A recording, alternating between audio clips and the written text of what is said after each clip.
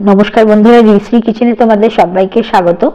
আজকে আমি যে কেকটা বানাবো সেটার মধ্যে বাটার ডিম কিংবা চিনি কোনোটাই কিন্তু দেব না, আর এটা খেতে কিন্তু খুব ভালো হয়। মাত্র দুটো জিনিস দিয়ে করব। এটা খুবই সফট হয় আর খেতেও কিন্তু ভালো হয়। এই কেকটা যে ডিম ছাড়া বানিয়েছি এটা কিন্তু বোঝাই যাবে না খাওয়ার সময়, এতটাই খেতে টেস্টি হয়। আর দেখেই বুঝতে পারছো কতটা স্পঞ্জি আর কতটা সফট হয়েছে কেকটা। কেকটা বানানোর জন্য আমি হাফ কাপ গুড় নিয়েছি আর এটাকে আমি একটুখানি জল দিয়ে এটাকে গলিয়ে নেব গুড়টাকে। দেখো গুড়টা আমার গলে গেছে, এবার ছাঁকনি দিয়ে ছেঁকে নিচ্ছি, কারণ গুড়ের মধ্যে অনেক সময় অনেক ময়লা থাকে আটকে, সেই জন্য এটাকে ছাঁকনি দিয়ে ছেঁকে নিলাম। আর এর সঙ্গে 1/4 কাপ দই মিশিয়ে দিলাম, আর এর সঙ্গে দিয়ে দিলাম 5 টেবিল চামচ রিফাইন্ড অয়েল। এটাকে ভালো করে ফেটিয়ে মিশিয়ে নিতে হবে। প্রায় 10 থেকে 15 মিনিট আমি কিন্তু এটাকে ভালো করে ফেটিয়ে নিচ্ছি। দেখতেই পাচ্ছ আমার কিন্তু ফেটানোটা হয়ে গেছে। এবার আমি এর মধ্যে 1 কাপ আটা দিয়ে দিলাম। আটার সঙ্গে আমি দিয়ে দিচ্ছি 1/4 কাপ সুজি। এই দুটোকেও এবার ভালো করে মিশিয়ে নিচ্ছি সবগুলো দিয়ে। এটাকে খুব ভালো করে মিশিয়ে নিচ্ছি।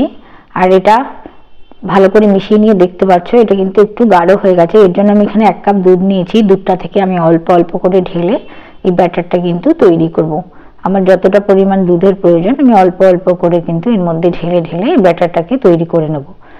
ব্যাটারটাকে মোটামুটি একটা রিবনের মতো হবে সেরকম করে কিন্তু গুলে নিতে হবে। দেখো আরেকটু সামান্য দুধ আমি দিয়ে দিচ্ছি এর মধ্যে।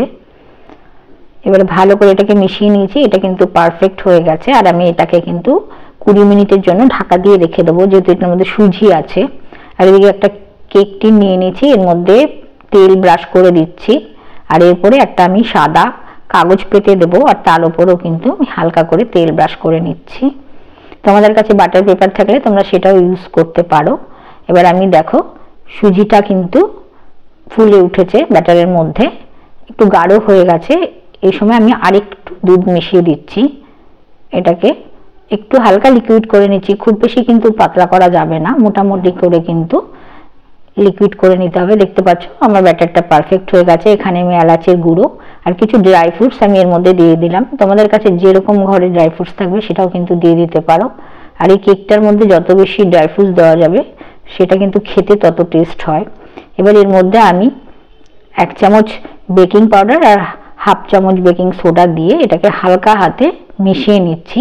আর এটা মিশিয়ে নিয়ে সঙ্গে সঙ্গে কিন্তু কেক টিনে ঢেলে দিতে হবে, এটা অপেক্ষা করলে চলবে না। দেখো আমি এটাকে কেক টিনের মধ্যে ঢেলে নিচ্ছি ভালো করে। এটাকে নিয়ে 2-4 বার ট্যাপ করে দিলাম, আর সঙ্গে ওপরেও আমি কিছু ড্রাই ফ্রুটস কুচি কিন্তু এর মধ্যে দিয়ে দিয়েছি। এটা খেতে ভালো লাগবে সেই কারণে কিন্তু দিয়েছি। একটু ট্যাপ করে নিলাম, দিয়ে কুকারের মধ্যে আমি এটা বসিয়ে দিচ্ছি। আমি কুকারটাকে কিন্তু 10 মিনিট আগে প্রিহিটে দিয়ে দিয়েছিলাম, আর এটা গরমও হয়ে গেছে। এটাকে আমি 45 মিনিটের জন্য কিন্তু বেক করে নিয়েছি। দেখতে পাচ্ছ কেকটা কিন্তু আমার হয়ে গেছে। আমি একটা ছুরি দিয়ে দেখিয়ে দিচ্ছি, দেখো ক্লিন এসছে। আর কেকটা ঠান্ডাও হয়ে গেছে। এবার আমি কেকটাকে কেক প্যান থেকে নিয়ে নেব তুলে, সাইডটা একটু ছাড়িয়ে নিচ্ছি ছুরি দিয়ে। এবার একটা প্লেটের মধ্যে কিন্তু কেকটাকে নিয়ে নিলাম। পেছনে কাগজটা আমি তুলে নিয়েছি। দেখতে পাচ্ছ কত সুন্দর হয়েছে কেকটা, আর খুব স্পঞ্জিও হয়েছে, দেখে বুঝতেই পারছো। দেখো আমি দেখিয়ে দিচ্ছি কতটা স্পঞ্জি হয়েছে কেকটা। আর এটা কিন্তু খেতেও খুব ভালো হয়, মাত্র আটা আর গুড় দিয়ে কিন্তু বানানো এই কেকটা, খুবই খেতে ভালো হয়। আশা করছি বন্ধুরা ভিডিওটা ভালো লেগেছে। ভিডিওটা ভালো লাগলে অবশ্যই লাইক করো, আর আমার চ্যানেলটাকে সাবস্ক্রাইব করবার অনুরোধ রইল।